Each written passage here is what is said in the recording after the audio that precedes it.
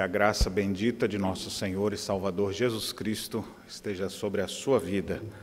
Louvado seja Deus pela oportunidade que temos de, como diz no Salmo 92, de manhã cedo anunciar suas misericórdias e durante a noite a sua graça.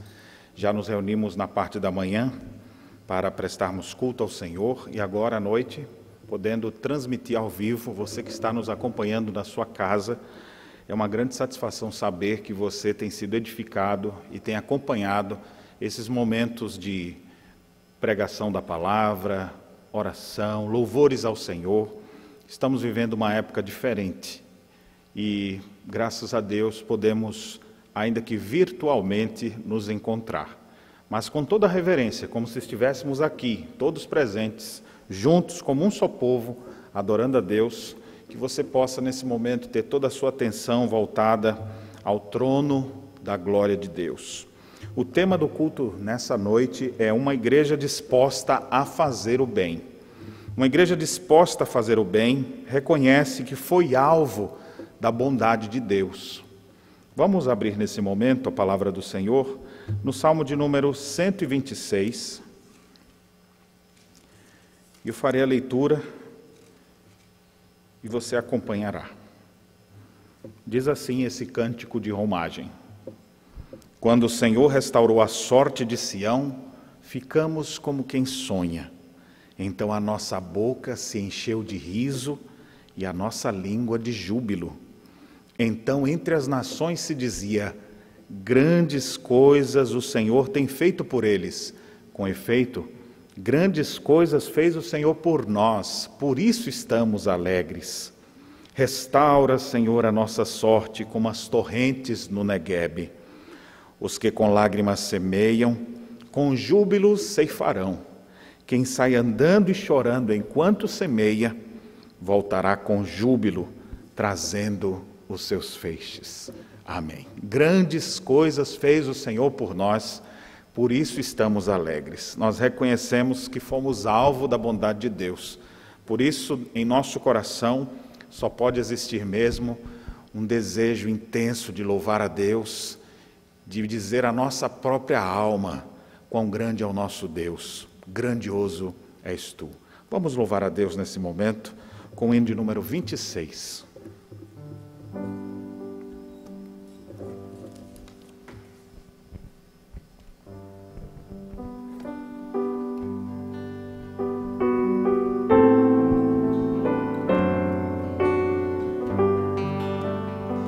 Senhor meu Deus, quando eu maravilhado os grandes feitos vejo da tua mão, estrelas, mundos e trovões rolando a proclamar teu nome na amplidão. Canta minha alma então a ti, Senhor, grandioso és tu, grandioso és tu. Canta minha alma então a ti, Senhor, grandioso és tu, grandioso és tu.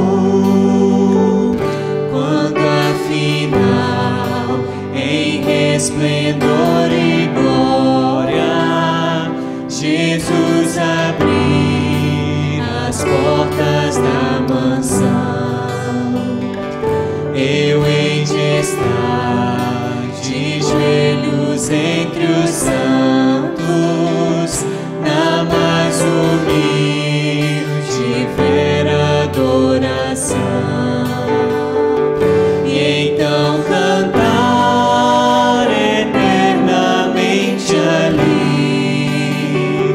grandioso és tu, grandioso és tu. E então cantar eternamente ali. Grandioso és tu, grandioso és tu.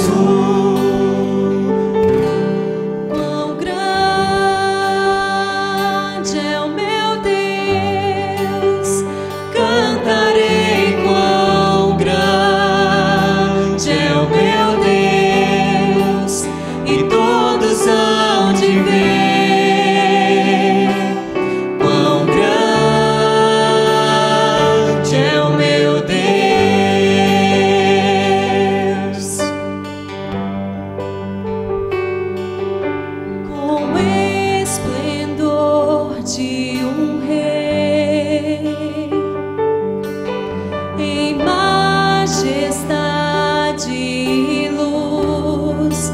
Faz a terra se alegrar, faz a terra se alegrar. Ele é a própria luz, e as trevas vão fugir, tremer com sua voz, tremer com sua voz. Quão grande é o meu Deus, cantarei. Quão grande é o meu Deus, e todos hão de ver.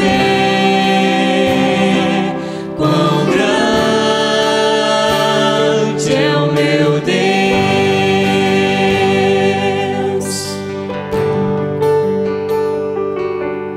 Por gerações Ele é,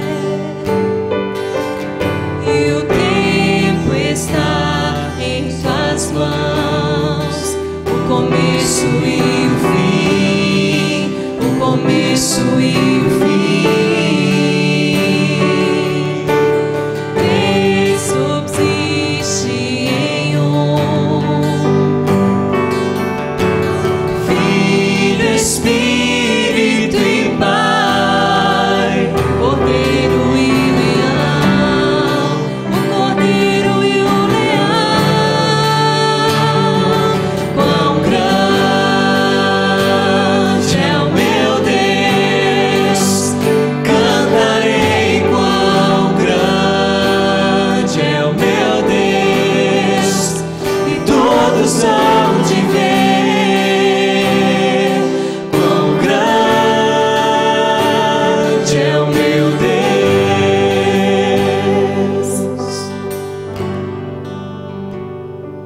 Quão grande é o meu Deus, cantarei. Quão grande é o meu Deus, e todos hão de ver. Quão grande é o meu Deus.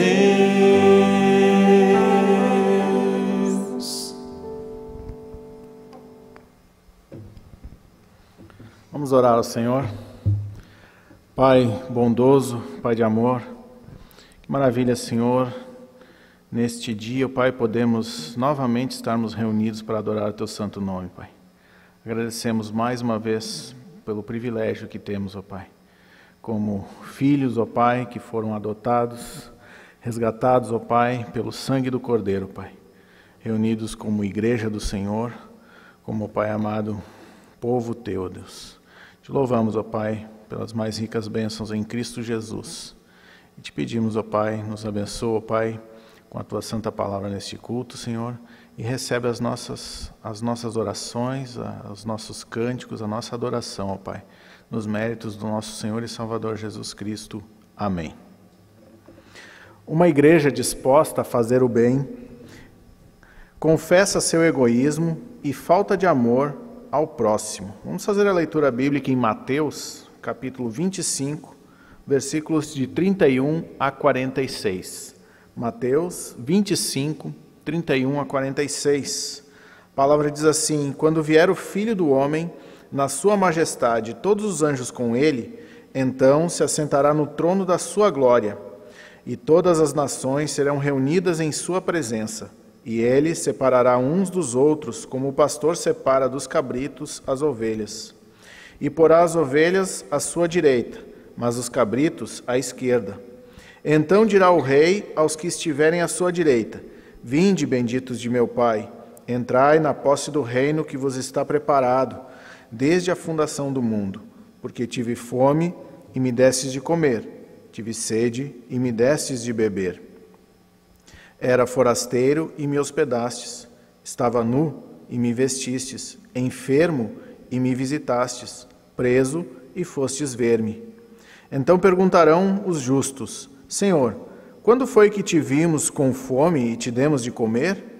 Ou com sede e te demos de beber? E quando te vimos forasteiro e te hospedamos? Ou nu e te vestimos? E quando te vimos enfermo ou preso e te fomos visitar? O rei, respondendo, lhes dirá: em verdade vos afirmo que sempre que o fizestes a um destes meus pequeninos irmãos, a mim o fizestes. Então o rei dirá também aos que estiverem à sua esquerda: apartai-vos de mim, malditos, para o fogo eterno, preparado para o diabo e os seus anjos. Porque tive fome e não me destes de comer, tive sede e não me destes de beber. Sendo forasteiro, não me hospedastes, estando nu, não me vestistes, achando-me enfermo e preso, não fostes ver-me. E eles lhe perguntarão: Senhor, quando foi que te vimos com fome, com sede, forasteiro, nu, enfermo ou preso, e não te assistimos? Então lhes responderá: em verdade vos digo que sempre que o deixasses de fazer a um destes mais pequeninos, a mim o deixasses de fazer. E irão estes para o castigo eterno, porém os justos para a vida eterna. Nós vamos ter mais um cântico neste momento.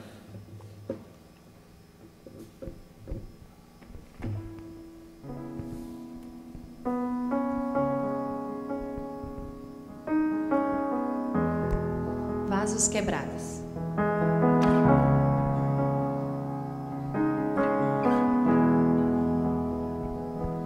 Em pedaços minha alma estava, mas por sua graça refeito sou.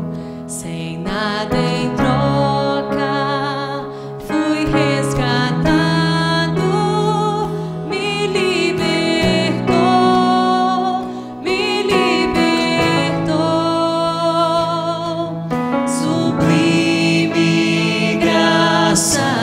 Doce o som que salva o pecador. Fui cego e agora posso ver, perdido e me encontrou. Agora posso ver. Eu posso ver seus olhos de amor, para que eu possa viver. Sua vida Ele entregou.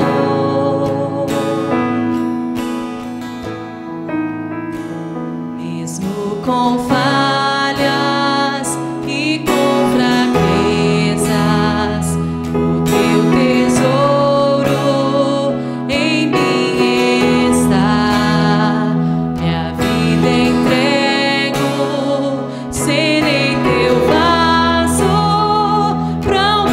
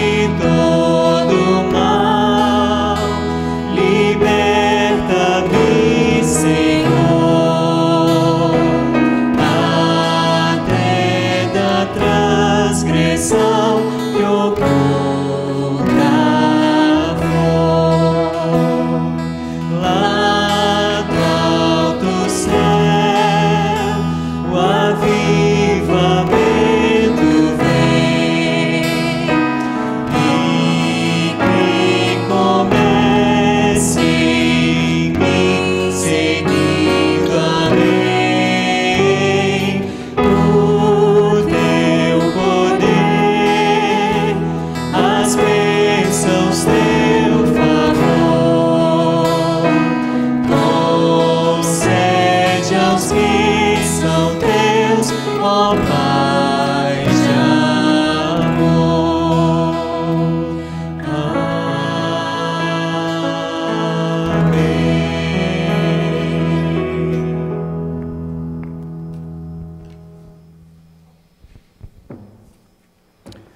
Vamos orar nesse momento.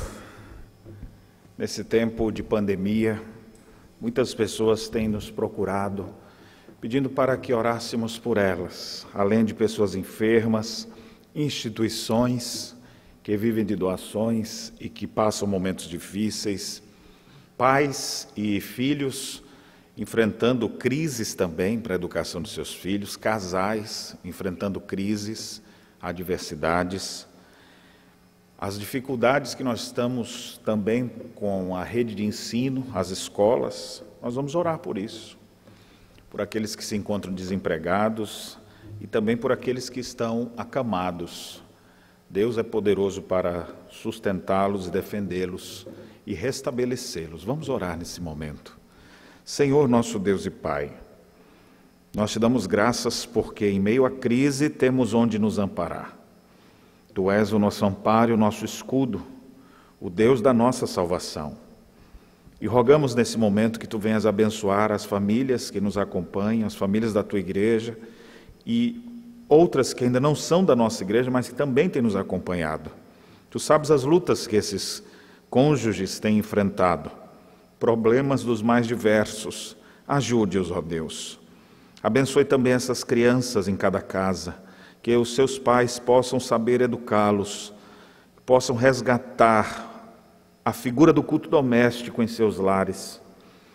Que, ó Deus, o Senhor também tenha misericórdia, trazendo solução para o nosso país. Oramos pelo nosso presidente, oramos, ó Deus, pelos ministérios, de maneira especial o Ministério da Educação, também, ó Deus, o Ministério da Saúde, bem como outros, mas especialmente esses, para que o Senhor nos ajude a encontrarmos soluções eficazes.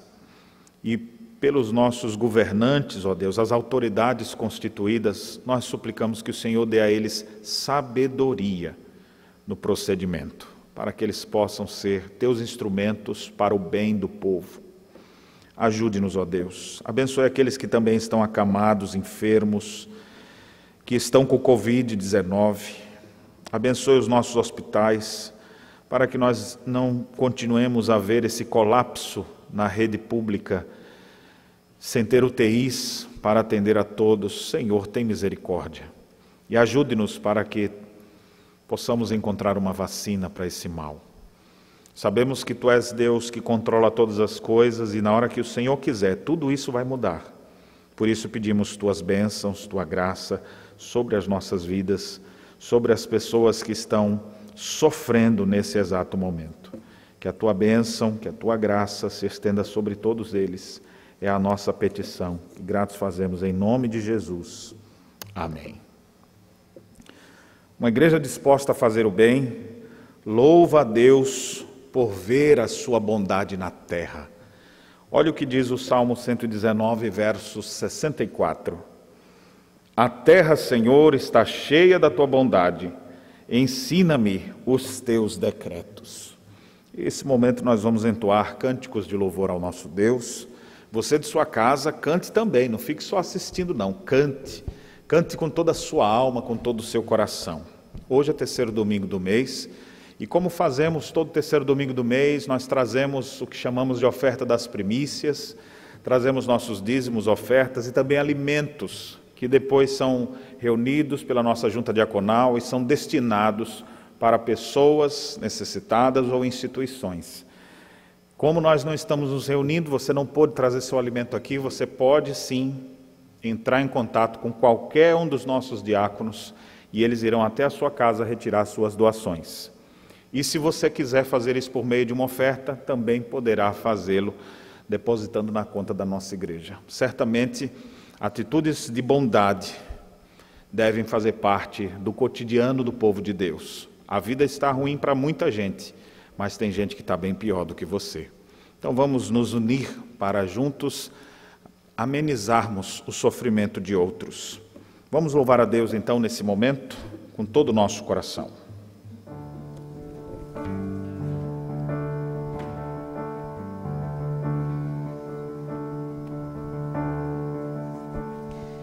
Louvai a Deus soberano, Senhor do que é feito. Louvai o sim de vossa alma, tesouro perfeito. A Deus cantai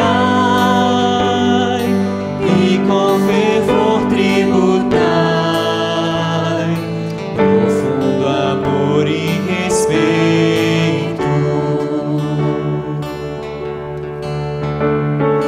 Louvai a Deus que vos faz prosperar dia a dia e com amor vos defende, abençoa, porfia. Lembrai também que o poderoso vos vem, fazem feliz companhia.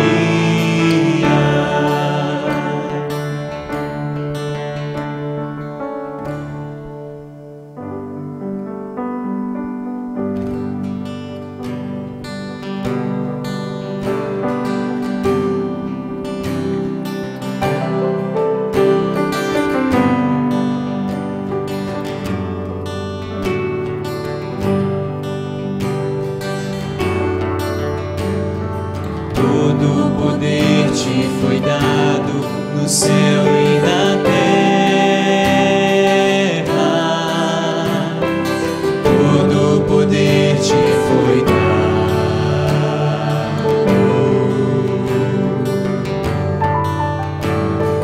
Deus, o Pai, te exaltou sobre todas as coisas. Deus, o Pai, te exaltou.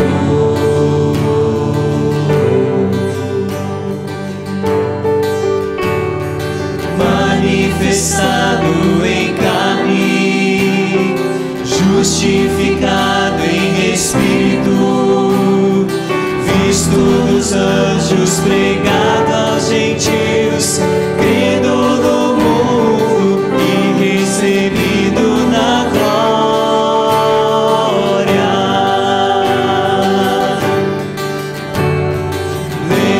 Levantai, ó portas, as vossas cabeças. Levantai-vos, ó entradas eternas, e entrará o Rei da Glória. Quem é este Rei da Glória?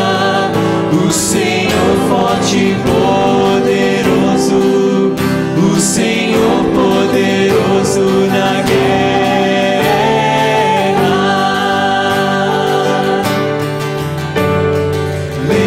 Levantai, ó portas, as vossas cabeças. Levantai-vos, ó entradas eternas,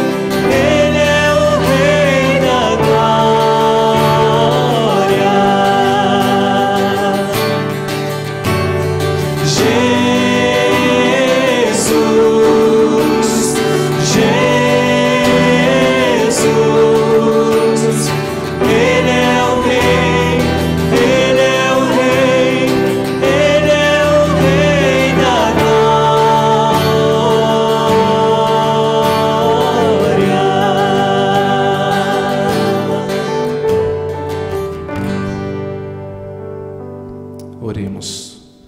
Senhor Deus, amado Pai, gratos somos, ó Deus, por nossas vidas, gratos somos, ó Pai, por podermos Te louvar, gratos somos, Senhor, porque no dia do Senhor estamos, ó Deus, conectados, ó Pai, em Ti. Muito obrigado por fornecer, ó Deus, os meios, ó Pai, para que possamos, mesmo que à distância, ó Pai, estarmos cultuando o Teu nome.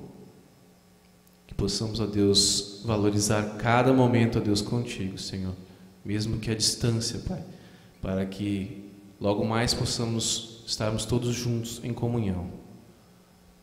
É o que eu te peço, ó Deus, e te agradeço, em nome de Jesus. Amém.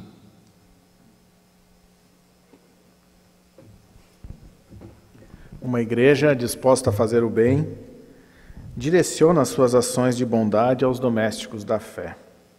Nós vamos orar pelas crianças, e antes eu queria deixar um versículo para as nossas crianças. No mesmo Salmo 119, que nós acabamos de ler, versículo 64, no versículo 105, a palavra diz assim, o salmista diz o seguinte: lâmpada para os meus pés é a tua palavra e luz para os meus caminhos. Que isso possa ser verdade na vida das nossas crianças, que elas possam fazer da Bíblia, da palavra de Deus, luz para o caminho delas, para que possam viver de acordo com a vontade de Deus, seguindo os seus preceitos e obedecendo a palavra de Deus. Vamos orar pelos nossos pequenos? Bondoso Deus, nós louvamos o Teu santo nome, Pai, pelo privilégio como igreja do Senhor, ó Pai, e também pela responsabilidade, ó Pai, que temos de plantar a boa semente, ó Pai, a semente do Evangelho no coração das nossas crianças, Pai. Nos ajuda nesta missão, Senhor. Prepara, Senhor, o terreno, o caminho, Pai, para que as crianças da nossa igreja, Pai, sejam edificadas e cresçam, ó Deus, em graça e em santidade na Tua presença, Pai. Essa é a nossa oração, ó Deus, em nome de Cristo Jesus. Amém. Nós vamos ter agora um cântico especial, e logo após esse cântico nós ouviremos a exposição da Santa Palavra de Deus pelo reverendo Daniel.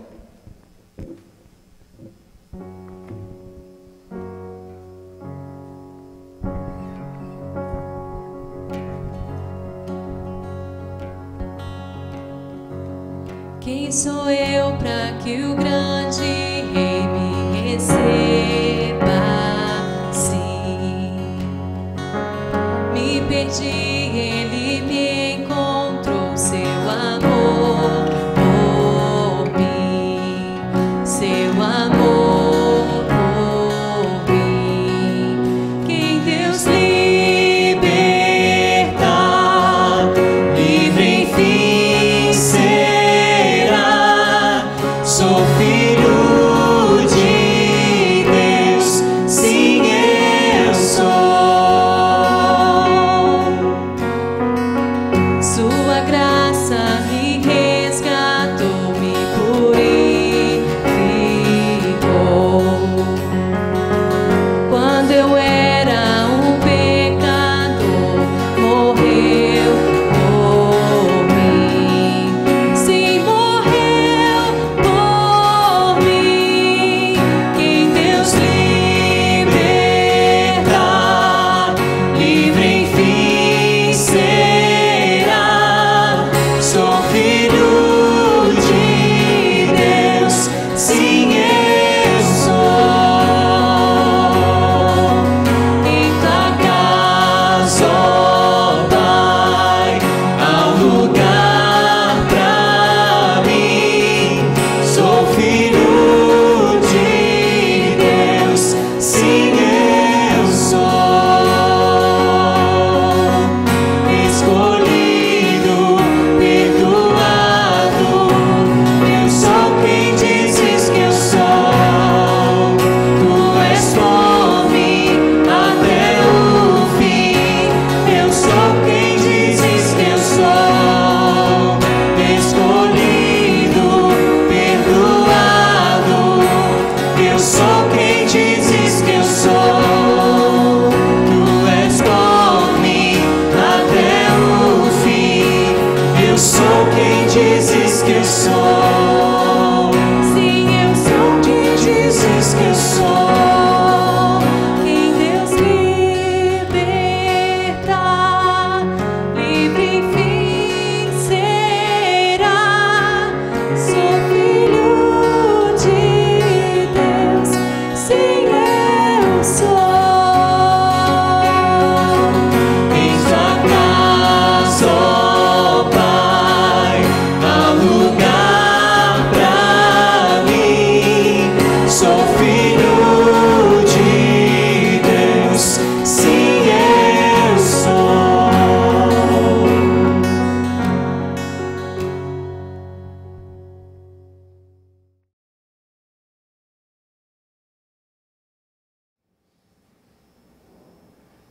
Meus irmãos, vamos meditar na palavra de Deus. Eu convido vocês a abrirem suas Bíblias em Gálatas, capítulo 6. Carta de Paulo à Igreja da Galácia, capítulo 6, os versos de 1 a 10.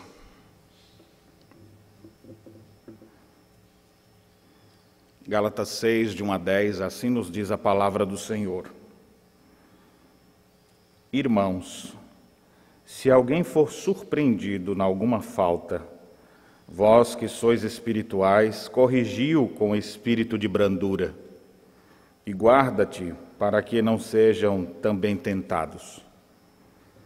Levai as cargas uns dos outros, e assim cumprireis a lei de Cristo.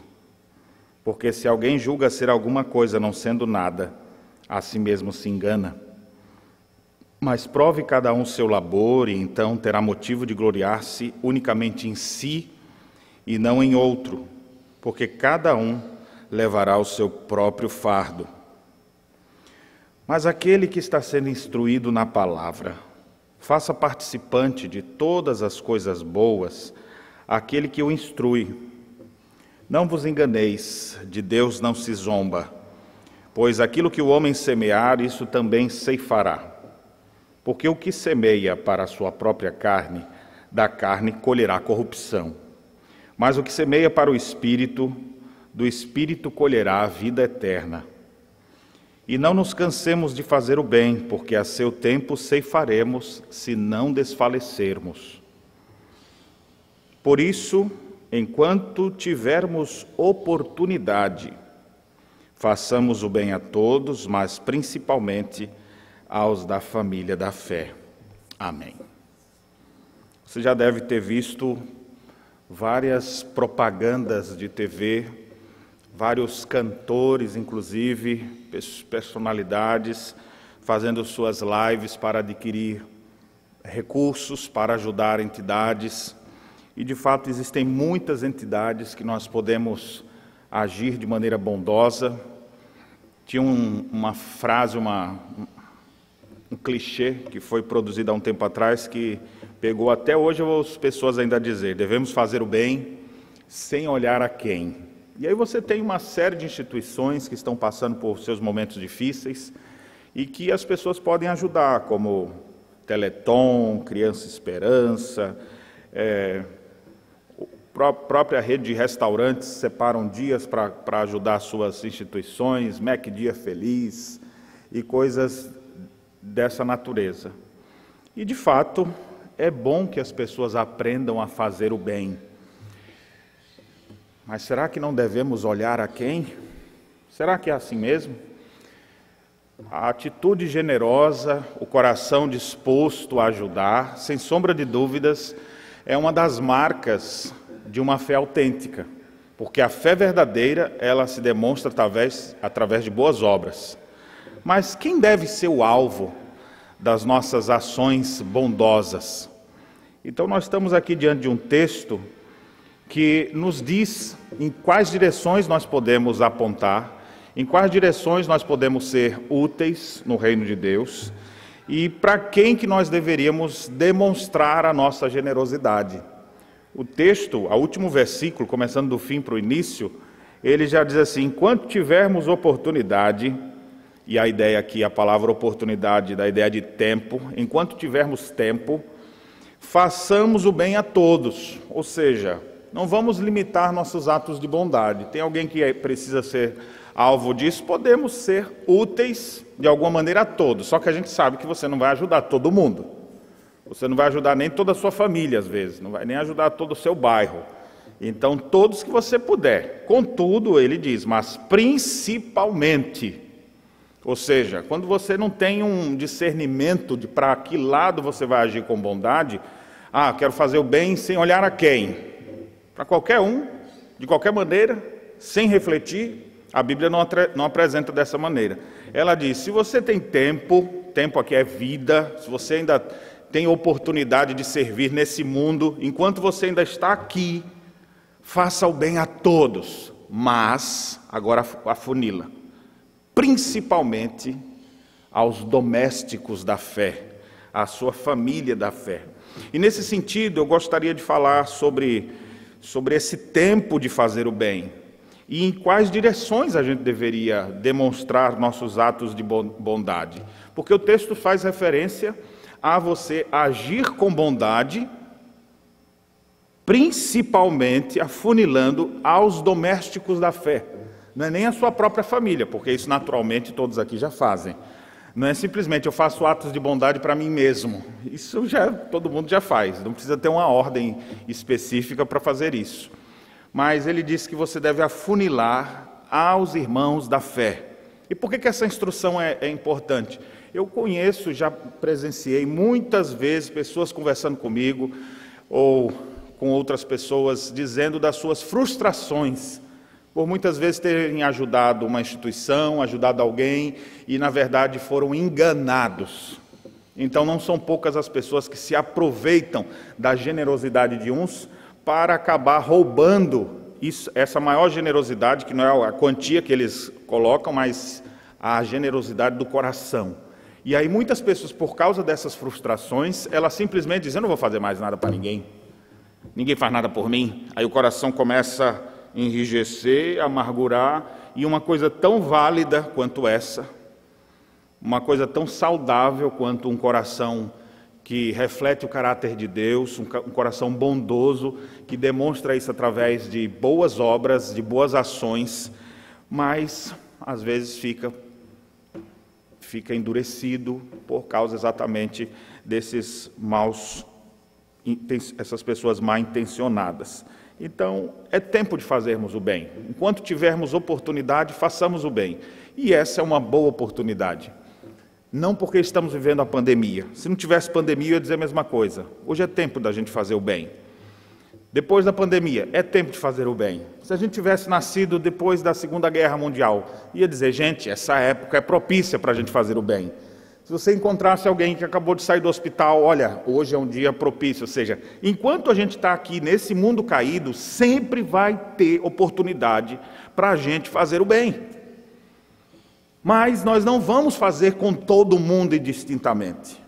Geralmente, quando fala assim, fazer o bem, você pensa logo em uma pessoa que você não conhece, alguém que está passando por alguma necessidade, você pega uma cesta básica, entrega lá e nem sabe quem é e larga ali e fez. Eu não estou condenando esse tipo de atitude, mas eu quero dizer que a gente pode fazer mais ainda do que isso, e muito melhor do que isso, porque não é simplesmente a gente fazer o bem, pensa em dar 1 quilo de arroz, de feijão para alguém que está sem alimentação. Existem outras demonstrações de boas obras que nós podemos fazer, e isso traz realização para o coração do cristão, isso faz com que a igreja seja fortalecida.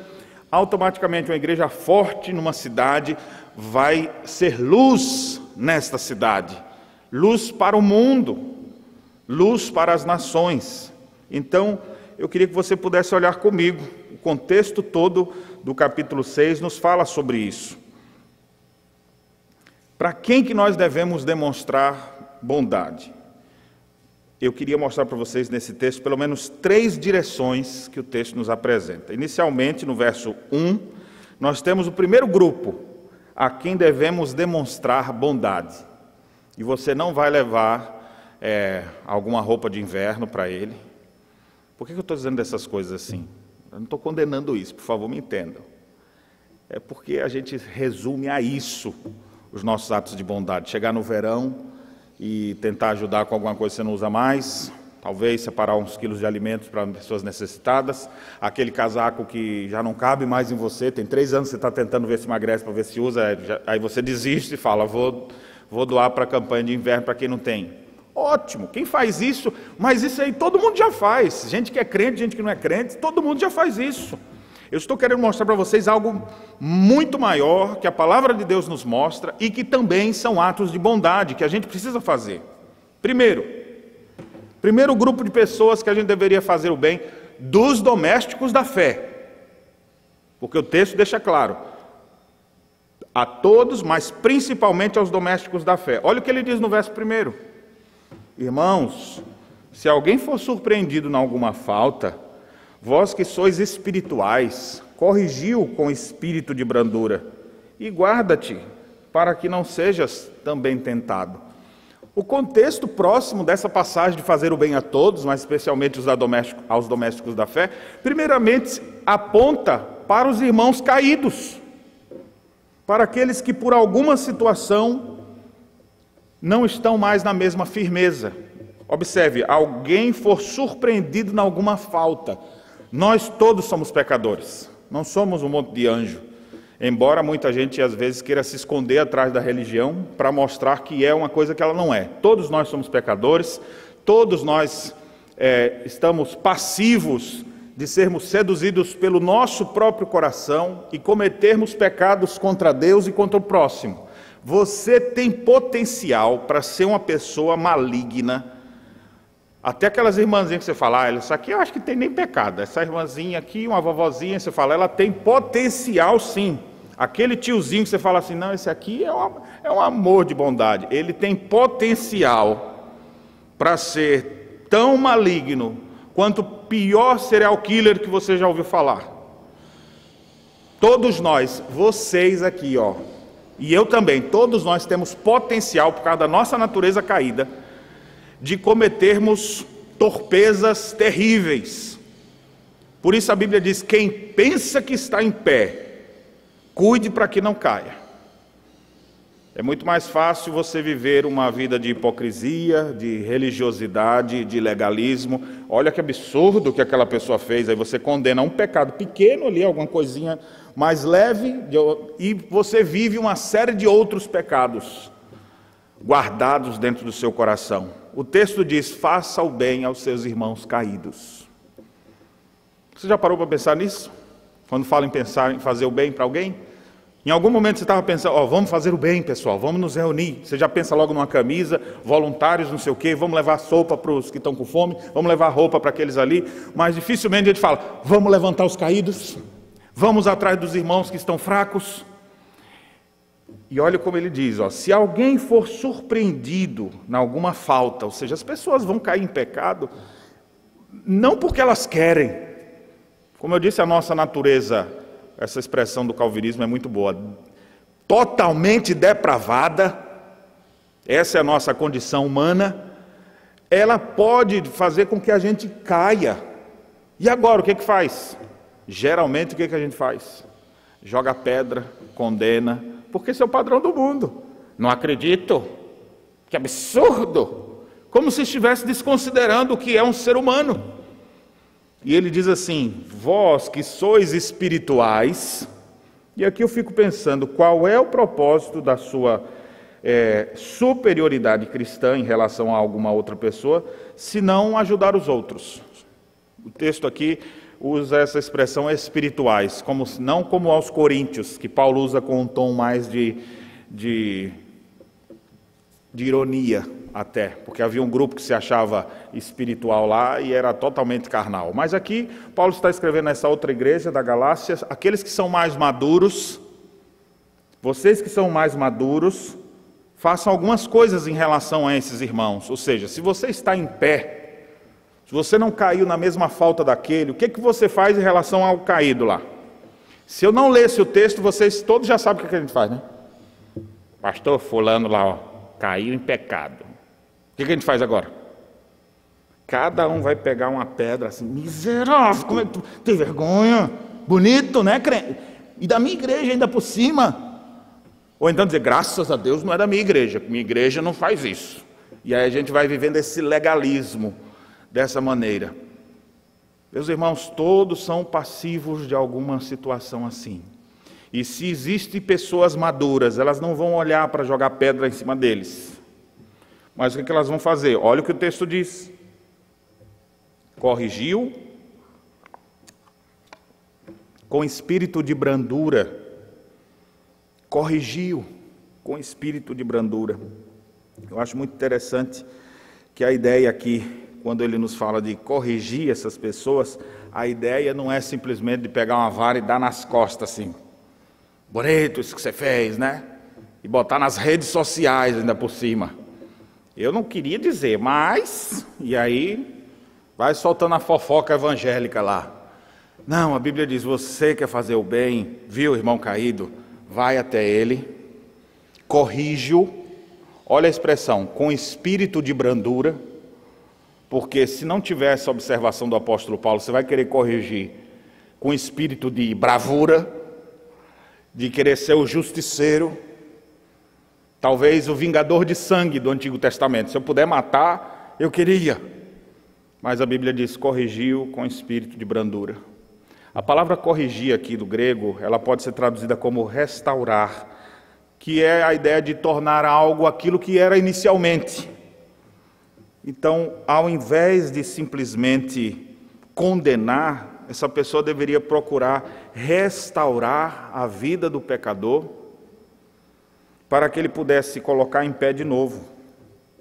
E olha a observação, a pessoa que está em pé, que só está em pé pela graça de Deus, qualquer um de vocês que está em pé aqui hoje, só está em pé pela pura graça de Deus.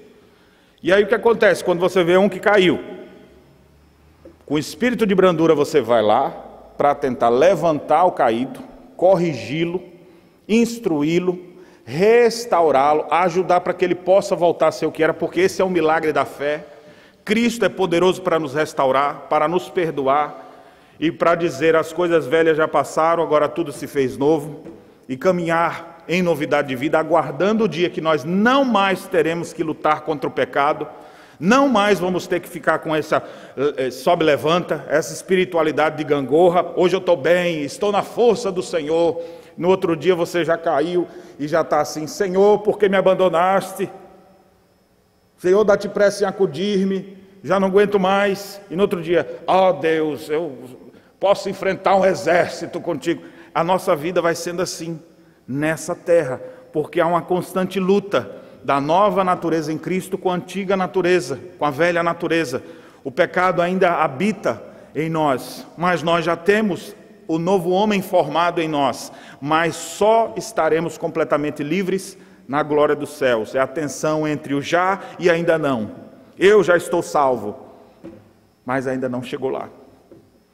Eu já tenho minha nova natureza, mas ainda tenho a natureza pecaminosa. Mas vai chegar um dia que eu não vou mais ter, eu vou ser despido desse corpo corruptível e serei revestido da incorruptibilidade. Por isso mesmo que nós devemos esperar por novos céus e nova terra.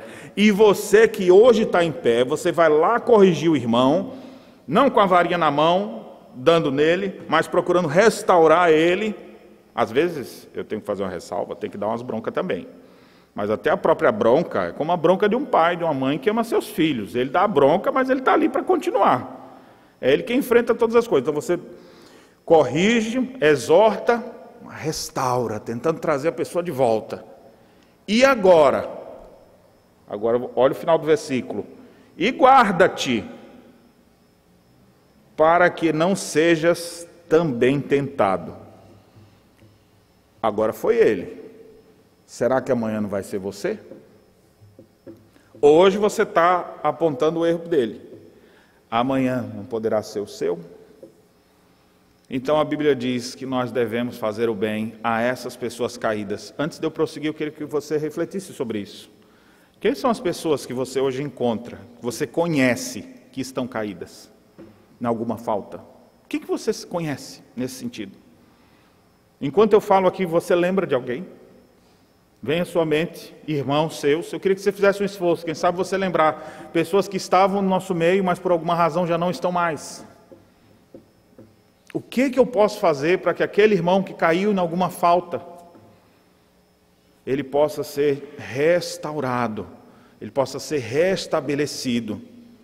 Essa é a primeira reflexão que eu queria que você fizesse. Ainda dentro desse primeiro ponto, a segunda reflexão era, será que eu não sou o próximo? Porque toda vez que acontece alguma coisa com um dos nossos irmãos, a gente deveria começar a pensar assim, será que eu não sou o próximo? Por que eu vou me achar melhor do que os outros?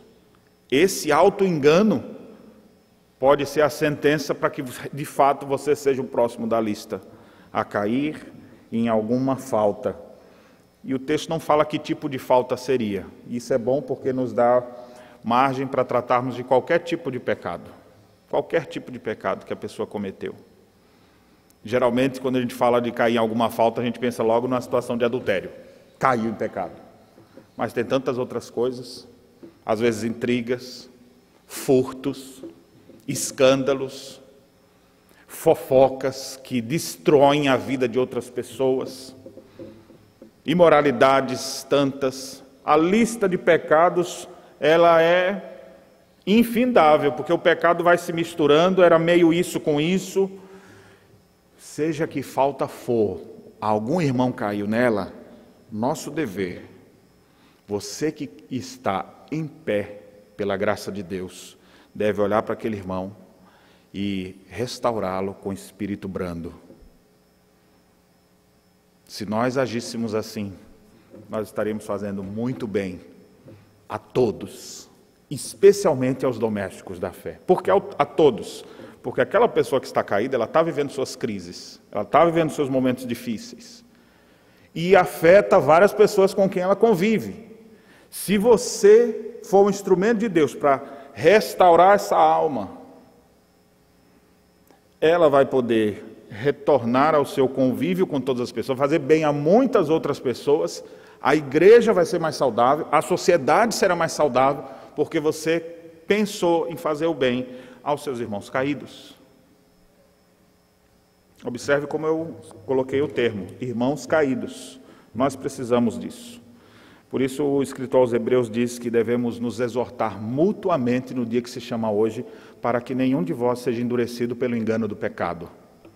O ato de congregar, falei sobre isso semana passada, ele traz como grande benefício isso também, porque você vai congregando, vai sentindo falta de um irmãozinho que não está mais, adaptando isso aí, aplicando isso aos nossos dias. Você vê que a pessoa não responde suas mensagens no WhatsApp, a pessoa não aparece mais, ou de repente começa a falar de uma forma diferente, eu vou procurar esse irmãozinho. Geralmente, em época tecnológica, ao invés da gente ir lá, a gente vai guardando provas. Pastor, olha só o que fulano fez. Aí a minha pergunta é, o que você fez a respeito, antes de trazer para o conselho? Porque existem faltas públicas que vão precisar ter respostas públicas.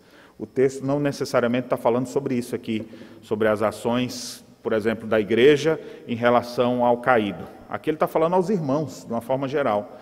É aquela primeira triagem, é uma resolução por meio suasórios, tentando resolver antes que a bomba exploda.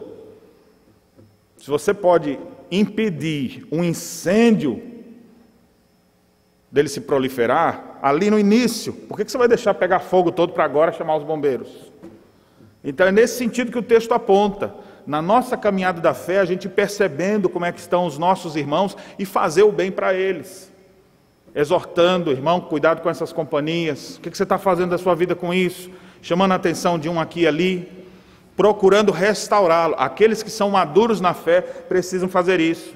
A minha tristeza de constatar em nossos dias é que poucas as pessoas têm revelado essa espiritualidade que Paulo aqui diz. Vós que sois espirituais. Na igreja da Galácia, mesmo com todos os problemas que eles tinham, eles estavam até regredindo, alguns estavam voltando ao judaísmo, mas Paulo chama eles ainda. Tem gente espiritual aí, tem gente madura no meio de vocês. Façam isso. Onde estão as pessoas maduras da nossa época? Que vão olhar para os problemas ao seu redor, para os irmãos caídos ao seu redor, e vão se prontificar para erguê-los. Reflita sobre isso.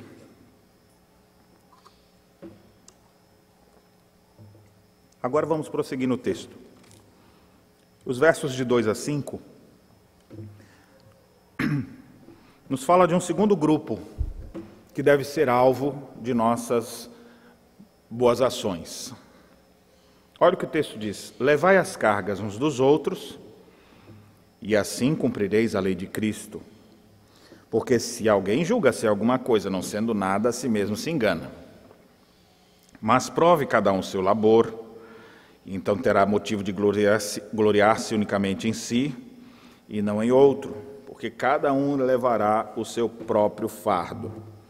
Então, aqui nesse texto, o segundo grupo que nós podemos verificar é o grupo dos irmãos cansados. Levai as cargas uns dos outros. Você sabe quando essa é uma situação que não se aplica a vocês, mas imagine que nós somos um monte de jumento. Pelo menos no momento da vida, você admita ser um. Eu sei que muitos homens aqui já se admitem ser assim, né? Eu mesmo me vejo, às vezes, como cabeça dura, como um jumento que empaca.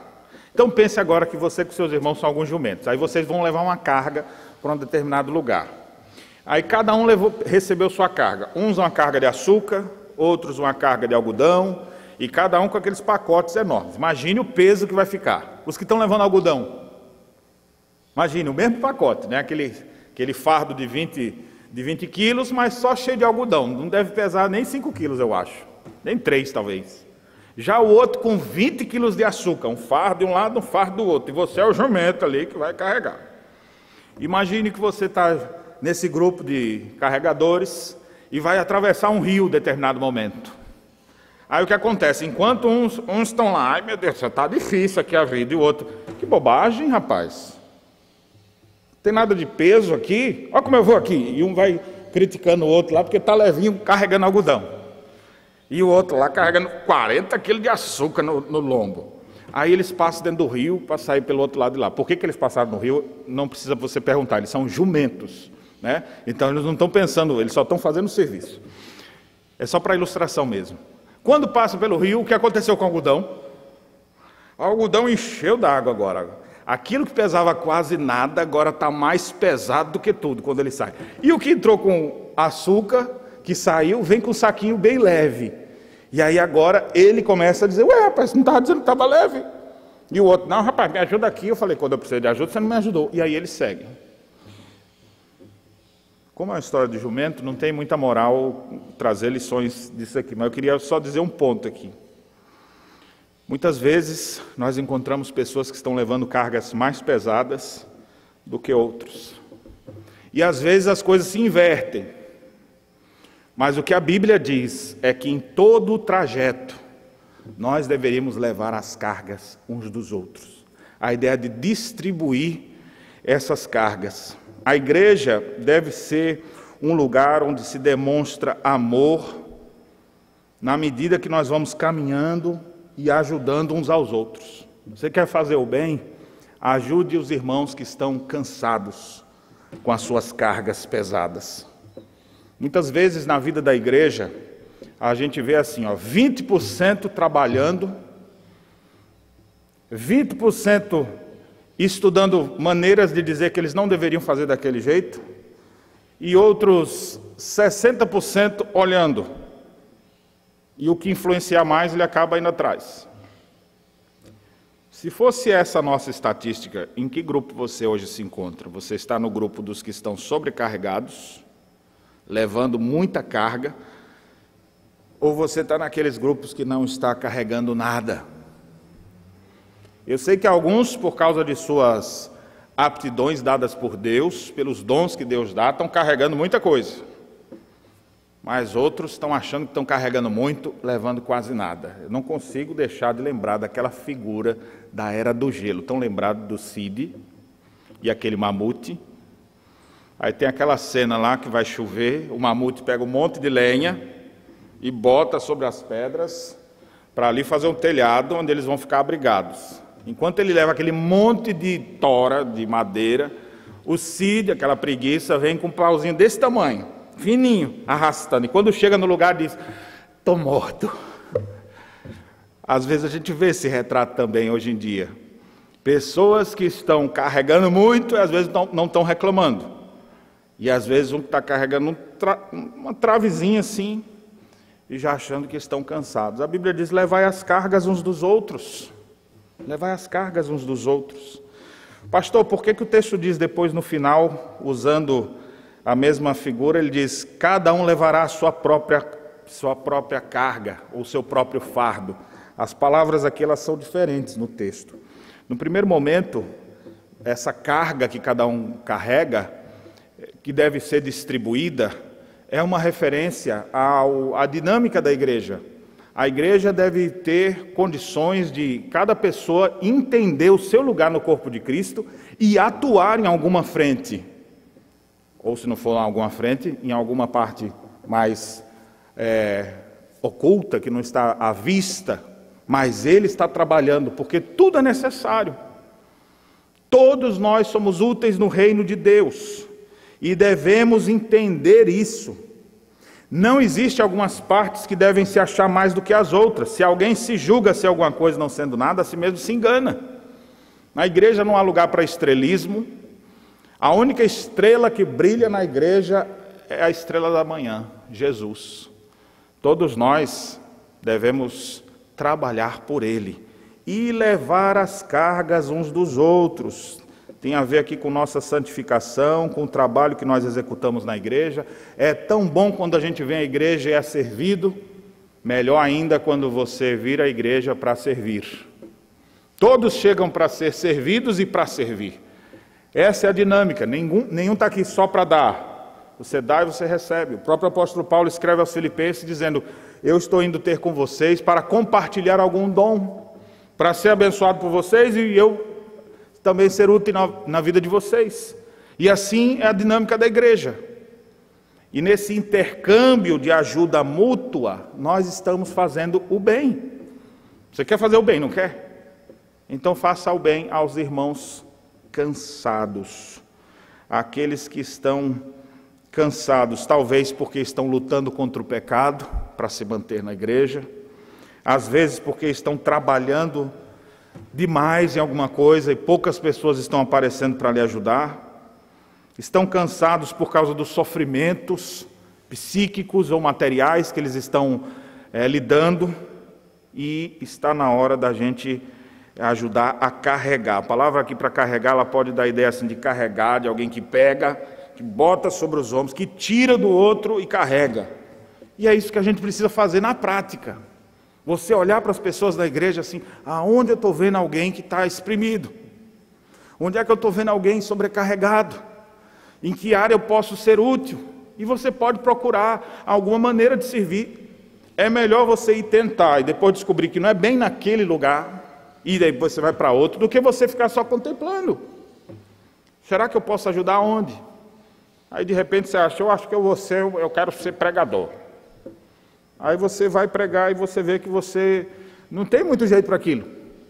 Mas pelo menos já tentou. Vai ver uma outra área.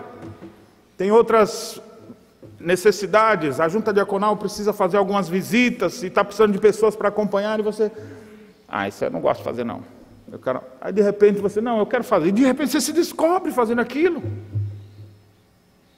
Quem sabe no trabalho com crianças, com poucas pessoas. Faltam homens, faltam mulheres para poder ensinar os nossos filhos, nossas crianças na igreja. Trabalhos com jovens, trabalhos com adolescentes, trabalho com as mulheres, trabalho com os homens. Perceber as necessidades que estão tendo e dizer: olha, eu quero te ajudar. Como é que eu posso te ajudar? Aqui no sul a gente tem aquela expressão, né? Precisou de mim, prende o grito. Eu demorei um pouco para entender essa expressão, né?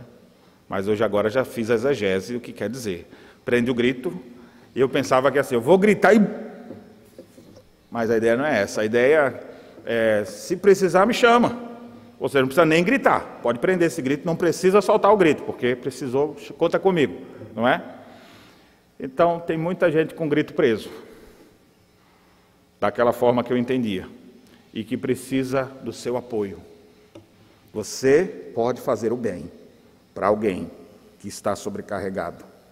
Cada um no corpo de Cristo tem a sua responsabilidade.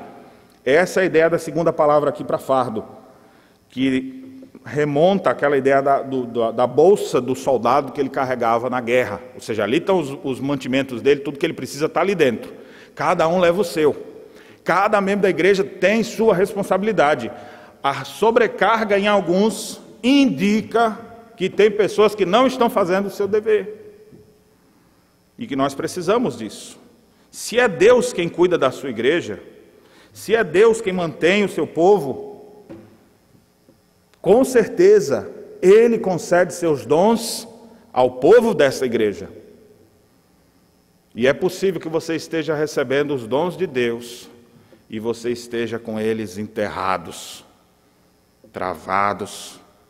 Você tem tanta aptidão em determinadas áreas que eu não tenho, mas às vezes você não está colocando em prática. E às vezes a gente vê uma pessoa desqualificada de dons, vamos dizer assim, não é uma pessoa indicada para fazer aquilo ali, mas é a única que teve boa vontade para fazer. Aí você vê e você fica admirado. Eu falo, tem tanta gente que podia fazer isso. Esses dias eu vi um comentário de 3 igrejas na mesma direção. E eu falei, parece que é uma tendência. Alguém elogiou o nosso sistema de transmissão ao vivo dos cultos. Algumas igrejas estão começando a fazer agora. Você tem 4 meses de pandemia. E aí, fica o elogio aí, viu, Denis? Você que tem feito trabalho tão bom. Mas algumas igrejas dizendo, olha só, igrejas que nem se conheciam, contatos meus com outros lugares do Brasil. A pessoa pega e diz assim, olha, a gente não sabe usar essas coisas não, a gente não tem isso aqui na igreja não, a gente está querendo ver como é que faz. E aí a pergunta fala, não tem um grupo lá? Tem, pastor, tem gente que trabalha na área, tem gente que é empregada nessa área, mas para a igreja eles não fazem. Tem gente capacitada na igreja, não tenho dúvida que existe gente capacitada na igreja. Esse falou isso, aquele falou outra, a mesma situação.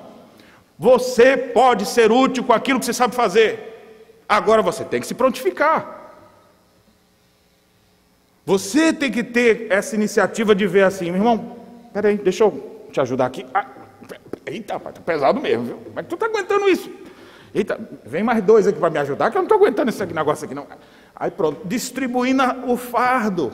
Mas todo mundo está caminhando com cargas, com sua própria responsabilidade, porque eu digo uma coisa para vocês, e aqui eu estou falando para a igreja, eu não acredito que as pessoas do mundo é que vão ter que fazer as coisas para nós. O texto está aplicando diretamente aos domésticos da fé. Isso aqui é coisa da igreja. Se Deus te deu dons, capacidades, eu tenho certeza que você tem, e você não os fizer, Deus vai te pedir conta disso. Por que é que Deus nos deu condições de entender determinadas áreas, para eu ficar sabendo isso só para mim? E depois olhar para aquela anta, olha como é que faz um negócio desse, não sabe de nada, mas é quem está fazendo, e você que sabe mais não está ajudando. Dentro da igreja do Senhor Jesus, nós somos chamados a fazer o bem, especialmente aos domésticos da fé. E nesse sentido aqui o texto fala para usarmos de atos de bondade para com os nossos irmãos cansados. Para quem que você tem demonstrado isso? Ou quais são as áreas que você acha que você pode ser útil? Que tal você se prontificar? Não enterre os seus dons e talentos. Seja útil no reino de Deus. Isso vai te dar vigor. Isso vai te dar mais prazer. Faça de acordo com o que Deus te deu. Cada um levará o seu próprio fardo. Cada um tem a sua própria tarefa dada por Deus. E na igreja ninguém vai ficar se gloriando disso ou daquilo. Todos vão poder chegar lá. Quem fez isso? Fomos nós. Não foi eu fiz, mas foi nós. A igreja do Senhor. Eu, infelizmente, compartilho da mesma ideia dessas pessoas que eu vejo conversando comigo em outras áreas. Eu olho para a membresia da igreja e eu vejo que tem poucas pessoas engajadas. Alguns receberam dons e ofícios e não estão os utilizando como deveriam. Hão de prestar contas diante de Deus. Não fique esperando o dia do juízo. Arrependa-se e se enquadre no que Deus quer para a sua vida. Hoje é tempo de fazer o bem. Faça o bem aos irmãos que estão cansados. Leve as suas cargas. Ajude-os distribuindo cada uma dessas coisas. Meus irmãos, nós já vimos 2 grupos que o texto faz referência aqui que nós devemos fazer o bem. Primeiro, o grupo dos irmãos caídos. O que a gente faz com os irmãos caídos? Corrige, levanta, para que eles possam ser restaurados. E vigia, para que você não seja o próximo. Segundo grupo que a gente vai procurar ajudar, são aqueles que estão sobrecarregados, cansados de suas lidas, cansados de lutar contra o pecado, cansados de trabalhar na igreja, cansados por causa de tantos sofrimentos que eles acabam enfrentando. Ajude essas pessoas. Olhe para essas pessoas. E o terceiro grupo que nós devemos agora, a partir do verso 6, é o grupo dos nossos instrutores. Olha o que diz: mas aquele que está sendo instruído na palavra, faça participante de todas as coisas boas aquele que o instrui. A palavra grega aqui é a que dá origem a uma das classes da nossa igreja, a classe de escola dominical, classe de catecúmenos, nossa base da fé. Aqueles que estão chegando à igreja. A gente tem uma classe especial, inclusive eu digo para você que nos acompanha pela internet, que tem acompanhado os nossos cultos e que a gente espera muito que você venha fazer parte dessa igreja aqui também. Algumas pessoas já mandaram mensagem dizendo: olha, eu estou mais da igreja de Canoas do que de outros lugares. Então, quando tudo isso se passar, e as portas do templo estiverem abertas, a gente quer ver vocês aqui. Vai ter uma classe especial de catecúmenos. Se as coisas demorarem muito ainda dessa forma, daqui a pouco nós vamos arrumar um outro jeito para ter essas classes. Mas, de qualquer forma, aqueles que estão chegando à igreja, todos que já são membros da igreja sabem disso. Eles fazem parte de uma classe de catecúmenos, que é uma classe de preparação. E tem gente que fala: como é que é o nome da classe? Alguns chegam e falam assim: classe das catacumbas? Classe do que é isso aí? É a transliteração dessa palavra grega aqui, quando diz aquele que está sendo instruído. Embora sejam dois verbos aqui na língua portuguesa, sendo instruído, para dar a ideia de particípio, mas é uma palavra só. Aquele que é catecúmenos, aquele que está sendo instruído. A palavra catecúmeno, aqui, ela dá a ideia de alguém que é instruído, que está recebendo informação. Ele é o recipiendário, é como se ele fosse uma tigelona, assim, uma bacia grande, que alguém vai botar coisas dentro. Então a pessoa chega na igreja assim, ó, com o cesto vazio, dizendo: o que eu tenho que pensar? Quem é Jesus? O que é a igreja? Como é que a gente se relaciona? Como é que eu trato meu esposo? Como é que eu devo trabalhar? Ou seja, ela chega e vai recebendo as instruções. Aí, domingo após domingo, o instrutor coloca alguma informação ali. E o cesto vai enchendo, até essa pessoa estar com conhecimento de quem é Deus, para melhor servi-lo. Calvino dizia que o conhecimento de Deus nunca é colocado em fria especulação. Ele traz consigo o culto. A gente conhece a Deus para melhor servi-lo, para adorá-lo, quer seja solenemente, quer seja com os nossos atos de bondade. Mas nós só conseguimos fazer alguma coisa depois que somos instruídos. Ninguém aprende a dirigir assim, pega o carro e na hora já sai dirigindo. Ele tem que ter alguma noção ali.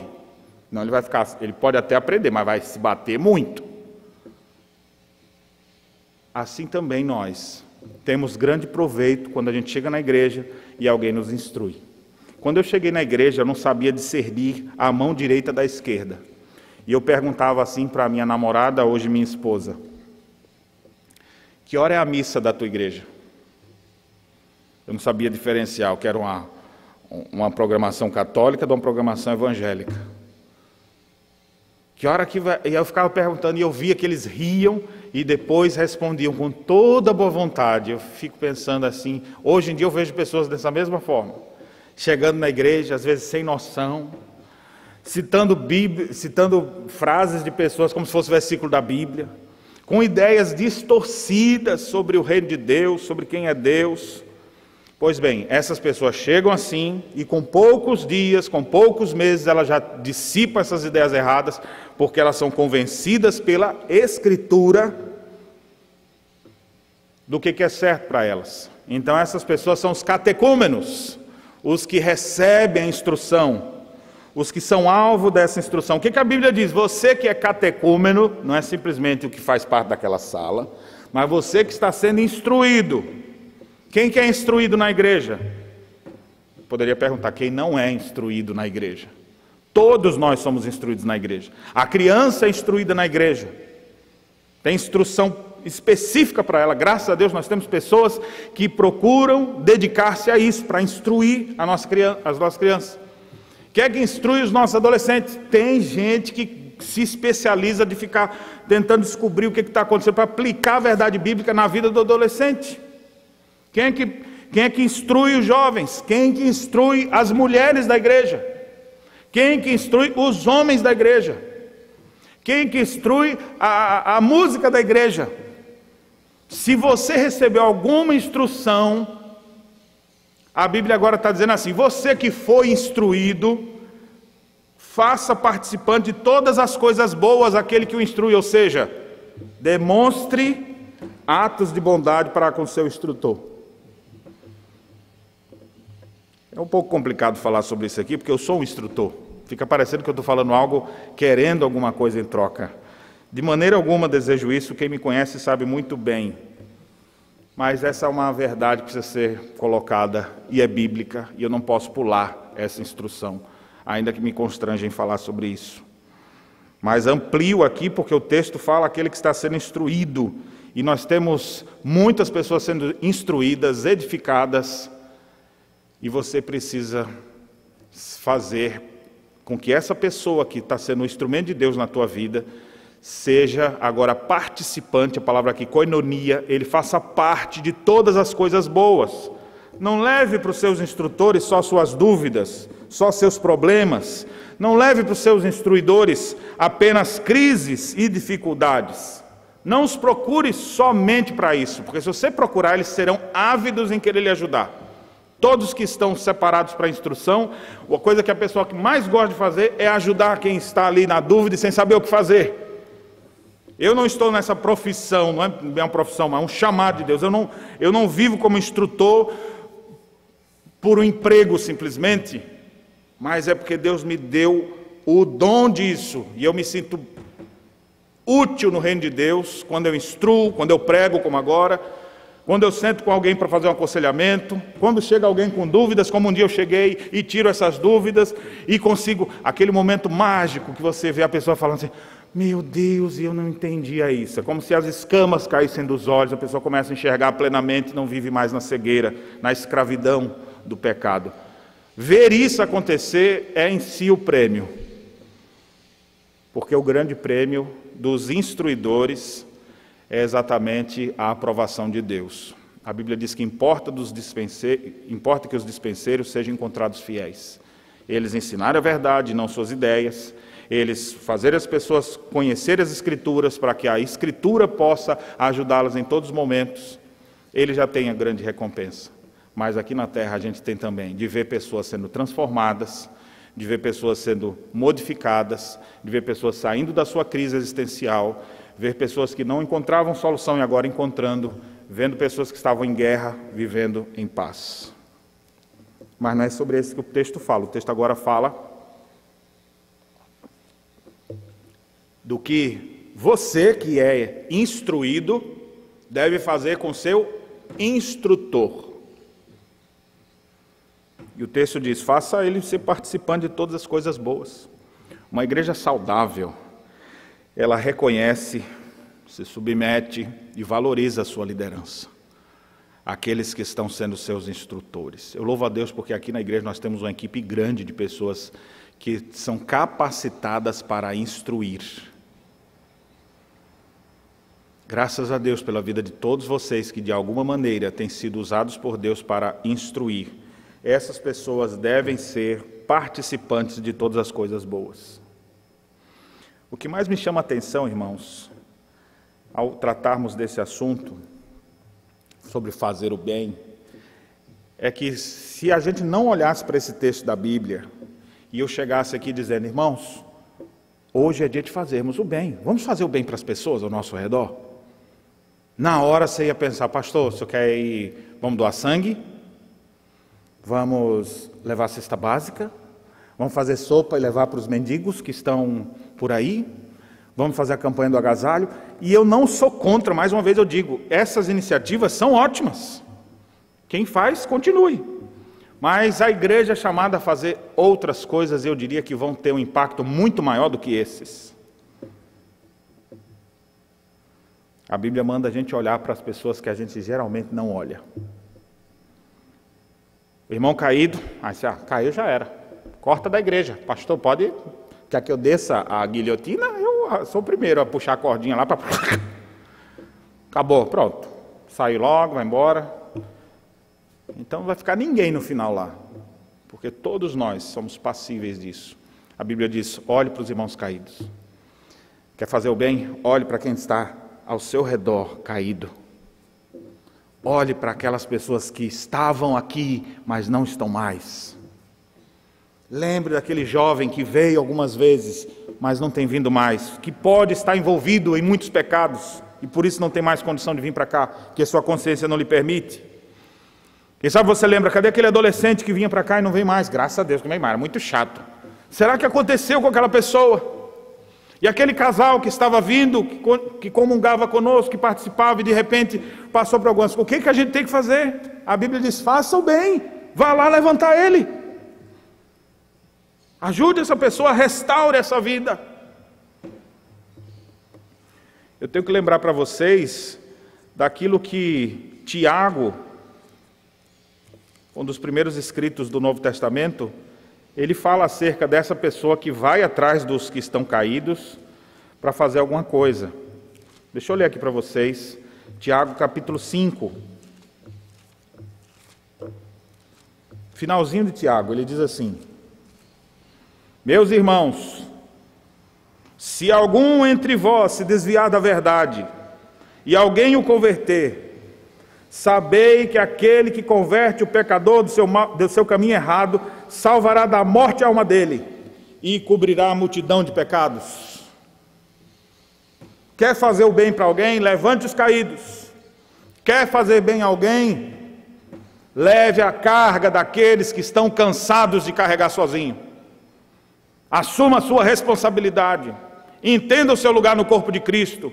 Olhe para essas pessoas.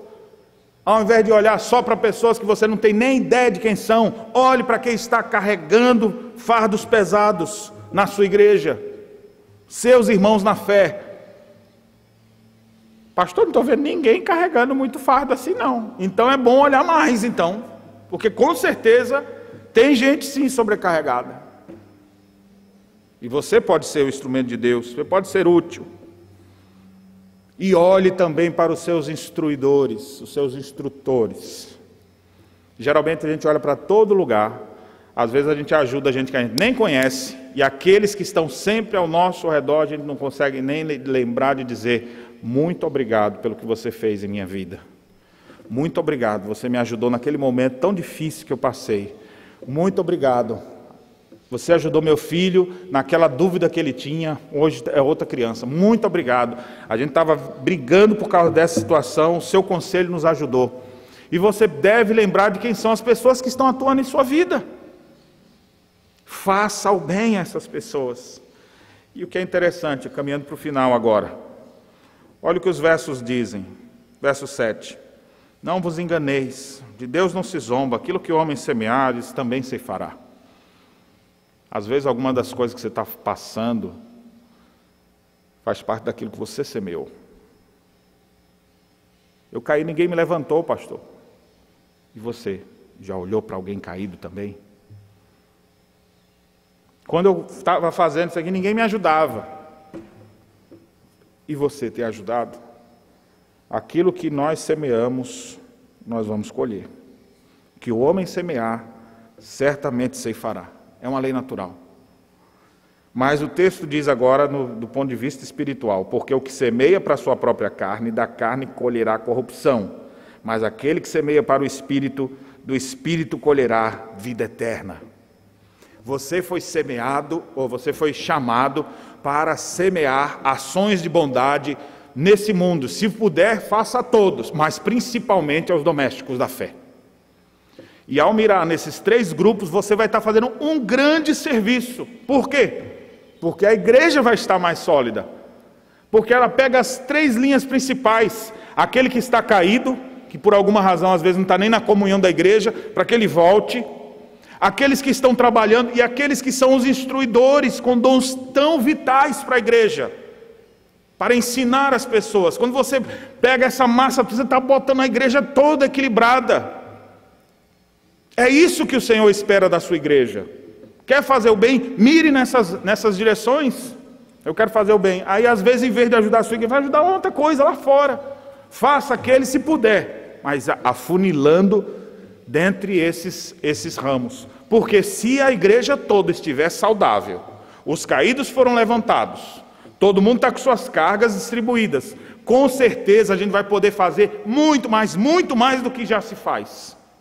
Aquilo que você vê hoje a igreja fazendo, braços de socorro, ações que a igreja faz para o seu bairro, para a sua cidade, para o mundo, nós vamos ver isso ampliando cada vez mais, porque essas pessoas vão estar no seu devido lugar. A igreja ainda não sabe do seu potencial, embora ela já leu em Efésios, a Bíblia dizendo que Deus é poderoso para fazer infinitamente mais do que tudo quanto pedimos ou pensamos.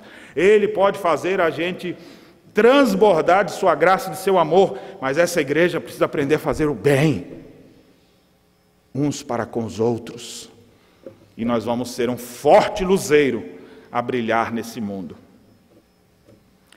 Agora, se nós não ligarmos para isso, nós vamos viver vidas medíocres, igrejas apáticas, espiritualidades pífias, e não vamos viver aquilo que Deus espera para nós. Verso 9 diz: e não nos cansemos de fazer o bem, porque a seu tempo ceifaremos, se não desfalecermos. Faça o bem, meu irmão. Se você foi decepcionado por alguma coisa, não desista, não canse. No tempo certo você vai ceifar. Não desfaleça. O texto nos diz que nós não devemos cansar aos nossos atos de bondade. Faça o bem a todos, mas principalmente aos domésticos da fé. Que Deus nos abençoe. Amém.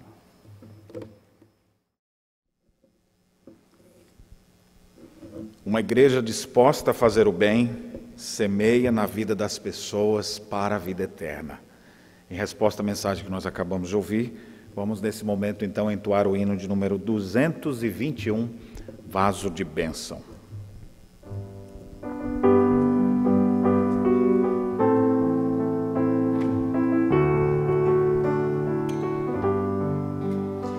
Quero ser um vaso de bênção, sim, um vaso escolhido de Deus, para as novas levar aos perdidos, boas novas que vêm lá dos céus.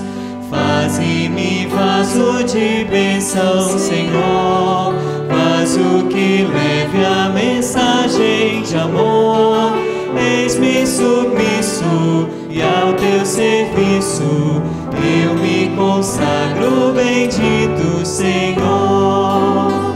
Quero ser um vaso de bênção para todos os dias fazer os culpados que vivem nas trevas o perdão de Jesus conhecer. Faze-me vaso de bênção, Senhor, vaso que leve a mensagem de amor. Eis-me submisso e ao teu serviço eu me consagro, bendito Senhor. Quero ser um vaso de bênção, sim, um vaso de bênção sem par, anunciando que os crentes em Cristo, jubilosos nos céus hão de entrar. Faze-me vaso de bênção, Senhor, vaso que leve a mensagem de amor. Eis-me submisso e ao teu serviço eu me consagro, bendito Senhor.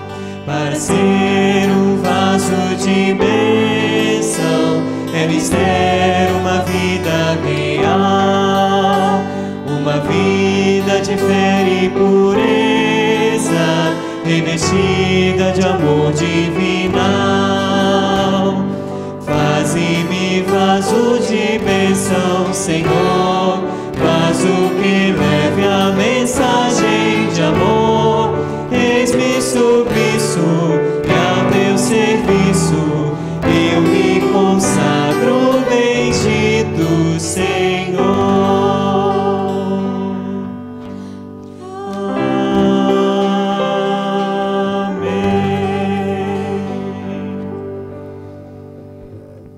Amém. Vamos orar nesse momento.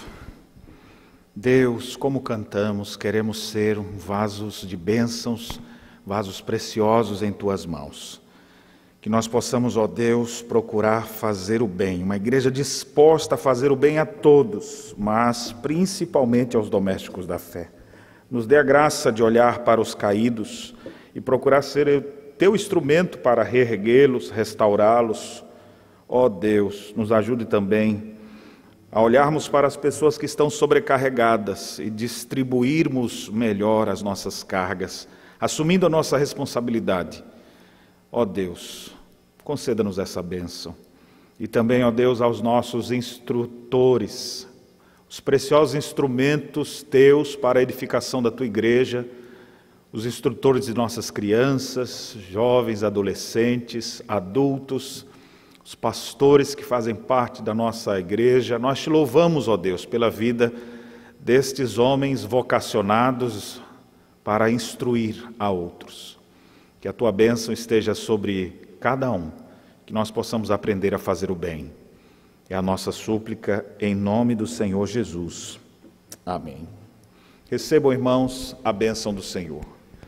Que a graça de nosso Senhor e Salvador Jesus Cristo, o amor de Deus, o nosso Pai, e as ternas consolações do Santo Espírito estejam sobre todos vós e sobre todo o povo de Deus espalhado pela face da terra, hoje e sempre.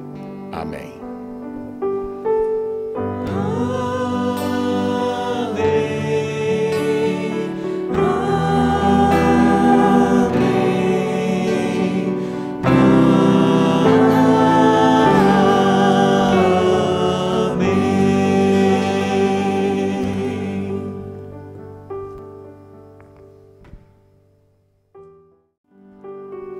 Antes de você desligar a sua conexão, eu gostaria de já aplicar um pouco daquilo que nós aprendemos hoje.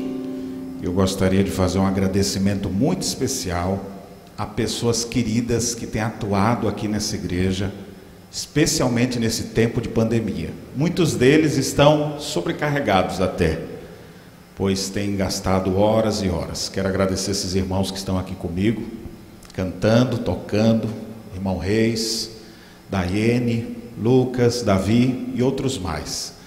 Vocês acompanham essa transmissão que dura em torno de 1 hora e meia.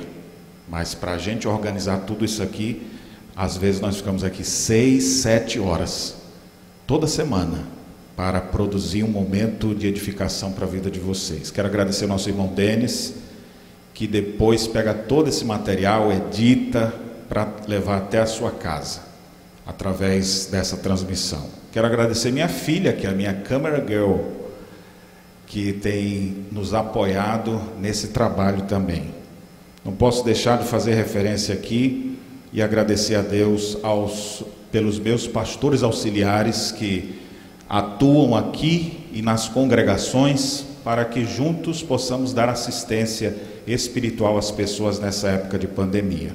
Também é o nosso grupo de diáconos, sempre prontos, às vezes de noite, de manhã, de madrugada, estão se levantando e atendendo.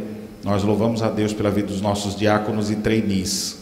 Também eu gostaria de agradecer a Deus pelos nossos instrutores.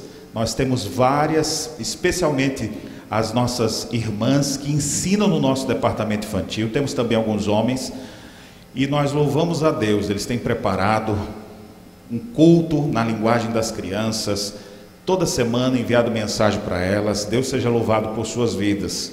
Também agradecemos a Deus pelos nossos orientadores de UCP, de UPA, os nossos conselheiros. Quero agradecer também você que é membro da igreja, que mesmo em meio à pandemia não deixou de orar, de participar das programações, ainda que virtuais, e ser fiel em suas contribuições de dízimos e ofertas. A igreja tem permanecido com todos os seus projetos, apoiando muitos lugares, graças a Deus pela sua fidelidade. Deus certamente te honrará por isso. Quero agradecer ao pessoal que faz a limpeza aqui da nossa igreja, para ela ficar sempre limpinha, pronta para as atividades nossas, embora não estamos abertos ainda, mas a gente tem alguma atividade aqui, e tudo isso muito bem higienizado. Gostaria de agradecer o meu secretário, que está sempre recebendo missão aqui e ali, secretário Rafael. Que Deus te abençoe muito, meu irmão.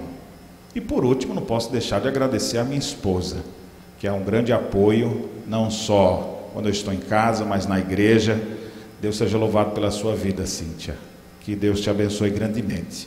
E a todos que exercem liderança aqui na nossa amada IPC, quer seja o presidente de sociedades, em alguma função, Deus seja louvado por você, pela sua vida, que tem juntamente com outros levado a carga a cada dia. Que Deus os abençoe e lhes conceda uma boa semana na santa paz do Senhor Jesus.